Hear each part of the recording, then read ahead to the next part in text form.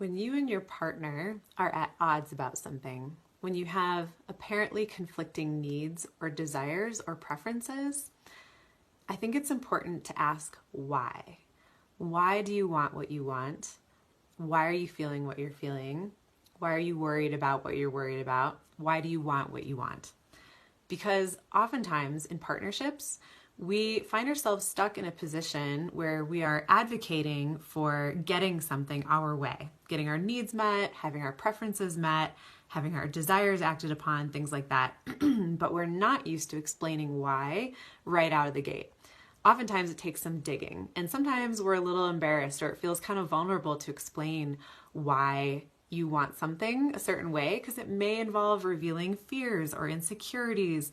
This is a very raw and vulnerable thing to open yourself up to, maybe admitting something a little embarrassing, or revealing something about yourself that feels a little fragile, a little raw, some part of yourself that maybe you hide normally.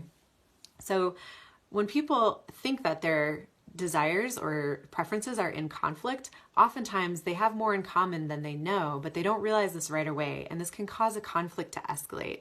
So, for example, if your partner wants to go on a vacation and suggest, hey, I think we should go to the Bahamas in a month and, spend a week there and da-da-da.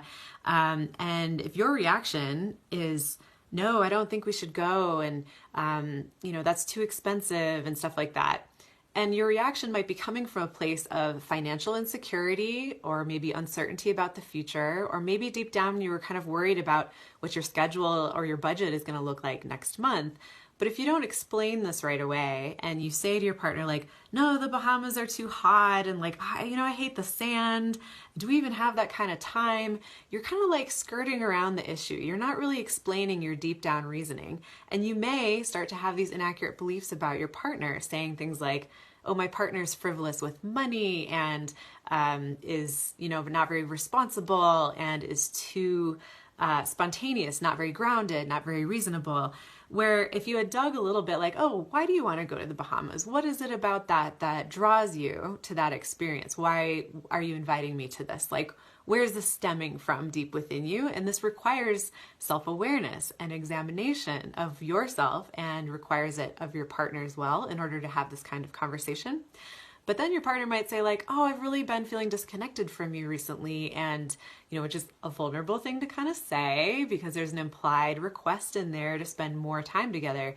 And if your partner says, I was thinking that the Bahamas are romantic and it could stir up our romantic feelings for each other a little more, and kind of get us into a new space. And, that feeling of novelty, I want to experience that with you. And that may reveal to you, like, oh, okay, like, this actually had a different motivation underneath it than I thought it did. So now that you can actually find alternative strategies and different ways that you can get that need met without risking or, any detrimental things that didn't work for you. So if it was a finance concern for you and you expressed that, and you learn that your partner was actually just wanting to spend more quality time together, then that's an opportunity to say, hey, is there a place close by, like an Airbnb we could go to, and experience that closeness and novelty and something new and a little different, but without taking a week out of our lives and spending all this money and traveling super far, if that doesn't float your boat for other reasons. That way, it's not a black and white situation where your partner either gets their need met or doesn't, and it's the Bahamas or nothing, right?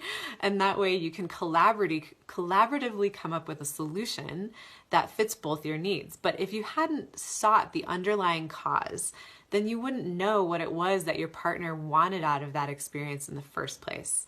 And then you wouldn't know how to come up with alternative solutions. So people end up fighting whether they should or should not go to the Bahamas. They polarize. They take these opposite positions and they debate them like they're in a debate competition, and they rack up all their reasons why they shouldn't go and all their reasons why they should go. And they never really dug down to the source of why this is even a debate in the first place, right? And this can come up in different times, in different ways, and it's sneaky, and people fall into the trap of arguing their position because it's the ego's way of trying to do some self-defense. It's the ego's way of trying to protect you from being bulldozed, being manipulated, being controlled by somebody else's needs and preferences. But this is a core tenet of nonviolent communication, if that's something you've read much about, but we talk about it a little bit on the podcast. And it's when you need to talk about the need first that you have, and then make requests based on that need of someone else.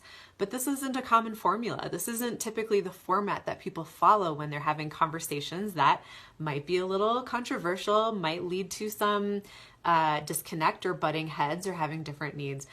And when you have needs in the moment, like my last example, the partner who wanted to spend more quality time or experience more novelty together, we don't identify that as a need. I don't think that's a word that comes up first and foremost to people when these conversations or arguments are happening. And when you're really activated in the moment of conflict and you're like, I want to be right, I want to get my way, I want my position in the debate to win. This is super common. This is a lot of us have that childhood false belief that in order to get our needs met, we have to win an argument. We have to convince someone else of our way in order to get our way, to get our needs met. So we're not used to seeing these as needs, and they're difficult to identify. So I would reframe this as what are your underlying desires, or what is your underlying motivation? Because that's something people can connect with a little more. Need sounds almost a little too intense or serious or pertinent, like a need to eat, or like a need, something primal and extremely deep and heavy. And it doesn't have to be that way. It can just be a preference, Some people have a preference to spend quality time in like a safe, secure, comfortable place, like a bed and watching Netflix together, and it's just really relaxing and making soup and that's quality time. But for other people, quality time is more adventurous and novel and exciting and spontaneous. And so those are different preferences, and you could call them needs, but I think they fall under the umbrella in terms of the format of that conversation. But you don't have to phrase it that way. You just have to be aware of why it is that you want what you want. And I believe that this is a very central component to emotional intelligence, because otherwise you're going to be arguing at face value for whether or not your position or your partner's position is the valid one, which one wins out. But it's not reading between the lines. It's not digging deeper. It's not asking the questions that get to the core of why your partner functions the way they do, and what is it that drives them? What is it that motivates them? What is it about the Bahamas that calls to them specifically? What are they looking for out of that experience? And I've realized that asking this question sooner on in a conversation, especially when I notice resistance coming up from myself to something my partner asks of me, I'll pause before saying, no, I don't want to do that, or no, it's too cold outside, or, I don't have the time, or I need to prioritize this other work thing. I was like, what draws you to doing that activity today? Or what is it that you want out of that experience? Or, what is it that attracts you to that idea? And that way we can kind of get deeper earlier on, and then I can see, oh, okay, that's why you wanted to do that. Well, here's my response to that. Maybe here's some alternatives if it's not something that works for me or not something I want to do too. And that way you're having a very different conversation. You're talking about the real thing that's underneath. And if it's in conflict, if you're having a fight about something and you have two very extreme positions, you're going to be fighting for who wins out, where there could be a solution in between those two positions that you're not seeing because you haven't dug around for it. You haven't looked for the underlying causes and layers and meanings that we hold, which are very subjective things. So asking the why is how to get to those things. And this can become very contentious, but it's a way to soften things that are starting to feel extreme and starting to feel polarized between you and your partner. For example, if your partner comes to you and says, hey, I want to open our relationship, I would like us to be non-monogamous, and they start immediately advocating for that position, saying things like, oh, it's natural for humans to, fall in love or be attracted to more than one person. And it's very normalized and destigmatized in our community, in our region, or something like that. And it's a more evolved way of living. And they're giving all these reasons. And if you respond, I don't want to do that, and you start fighting for or against non-monogamy, as if you have to debate the concept itself. But if you had asked, what is it about that calls to you? Or what do you think that should look like for you in practice? Because maybe in your head you're thinking, oh my God, they're going to have a new partner every week. This sounds like chaos. Our schedule is going to be insane. There won't be any time left for me. And if that is your root fear, if your underlying motivation is to have your needs for quality time met with your partner, and the idea of non-monogamy threatens that for you, you're going to argue against it. But if you didn't express that that was your core need that you're worried about not getting met, then your partner is going to like double down constantly on their side of it because they don't see why you're advocating the opposite viewpoint, the opposite outcome, or the opposite desire. Whereas if you ask early on to them, and they should ask to you as well, this should be a question that goes both ways, you might discover that your partner maybe just wanted a threesome once a year, and it wasn't at all going to threaten your sense of time or prioritization or the quality experiences you have with them at all. And you just didn't know that that was their vision for it.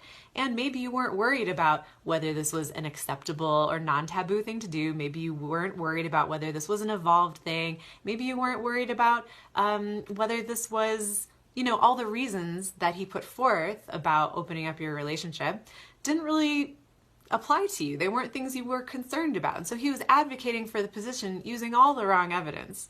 And it wasn't anything that was going to convince you or make you feel safe or make you feel like your needs were going to get met, because they were completely unrelated to what your actual concern was.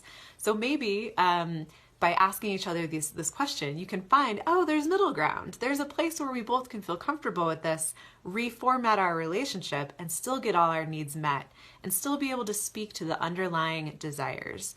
And this is a problem with communication across the board. You see it in workplaces, you see it between friends, you see it between roommates, any kind of dynamic where people want two different things. They will too quickly advocate for those things and come up with a nice laundry list, a great set of points for the debate. But this isn't a debate team. If as a partnership you're looking for a solution that's collaborative and serves both of your needs and is accessible to both of you and created as equals together, then you can start to create something that meets the needs, but you must know those needs first. So knowing your own needs and being able to communicate them to your partner and dig for them within your partner to understand your partner's needs. The sooner you do that in a conversation, the less likely it is to escalate into conflict and feeling like this binary black and white feeling where I'm either going to get my way or I have to secede to my partner. I have to go along and get bulldozed by what they want and give up my power. And it doesn't have to be that way. So I invite you to ask the question why as soon as you can and phrase it in however you need, right? Like, what's your underlying motivation? What's your reason for that? What do you seek to get out of that? What is it about this activity that tickles you? What gets you off about that? Whatever it is, that's how you find out.